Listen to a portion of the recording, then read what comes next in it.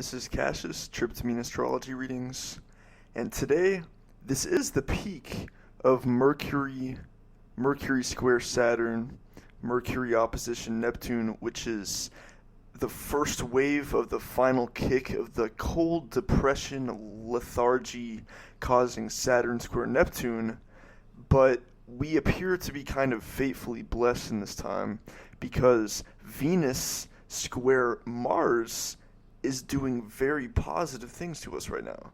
And that's not even traditionally a positive aspect. Squares and oppositions, they're hard aspects. But sometimes you have a square or an opposition that is just intense enough to be perfectly necessary for the atmosphere at a given time.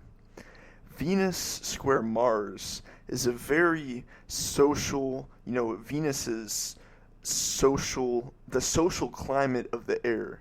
It has something to do with the love in the air, the social climate of the air, the way that the day feels when it comes to socializing, having pleasure, having love, and things like that.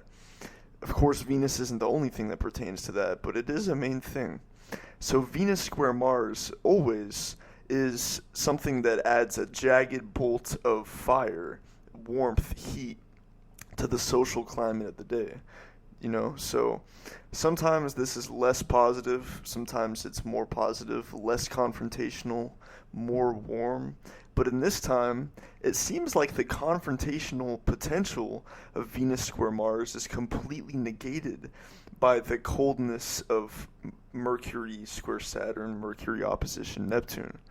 So what we're really left with, especially since Venus is conjunct Regulus, Venus in Leo, or Venus in Virgo now, but the cusp of Leo and Virgo, it's exactly conjunct the Leo star Regulus. Regulus is a bright blue star, the closest star to the ecliptic, to the belt of all planets. And Venus is aligned with that blue star at the end of Leo. So that's a star of warm Leo. It's the Leo star. It's a very artistic, creative star. The way that Leo is about art, crafts, the human life. Leo is all about art and creation and central life, the warmth of life, the sun.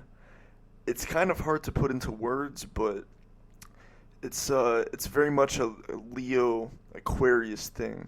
So there's a major increase of desire to make art, at least from what I feel and what I've seen a few people feel. And there's a really fiery spark of love in the air right now. Venus square Mars. It's one of the most intensely loving and honestly sexual aspects that there are.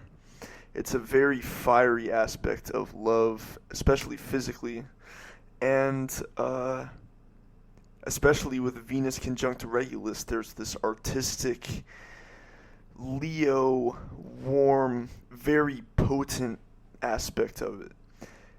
The fact that Regulus is the closest star to the ecliptic makes it one of the most powerful stars for any planet to align with. Because the other stars aren't on the belt of all planets, they aren't on the ecliptic. So when something aligns with Regulus at the end of Leo, that planet is physically right next to the star. Sometimes when the North Node is close to Regulus, the moon can actually occult the star. The moon can actually physically align with the star. The odds of a planet aligning with Regulus are slim to none, but it's happened in occultation. So Regulus is one of the most powerful stars in the sky for us. It's full of warmth and appreciation for life. It has a revolutionary, rebellious spirit, and it's the master of human crafts. It is Leo. So with the social climate of the day conjunct to that square fiery Mars, as Mars gets into Sagittarius, well, it's actually a much needed dose of warmth and fiery love and affection and appreciation for art and the crafts of life that Leo represents. And with the sun in Leo, that's greatly further intensified.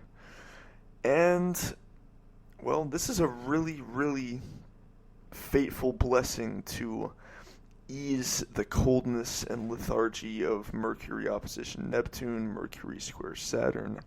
So do expect for the social climate to change as Mercury keeps going.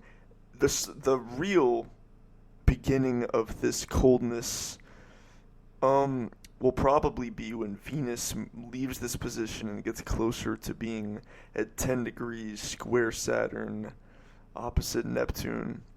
But, you know, I made a video before talking about Saturn square Neptune and the aftermath of this, talking about how when you have a long, extended, grinding square like this, a square stuck in peak for months at a time, by this time, it's resolved.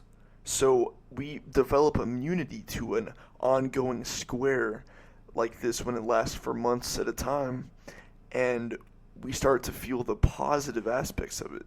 And when you have a resolved square or opposition like that, just like Venus square Mars, you get a very powerful positive thing that might be able to even go further than the intensity of a positive aspect like a trine.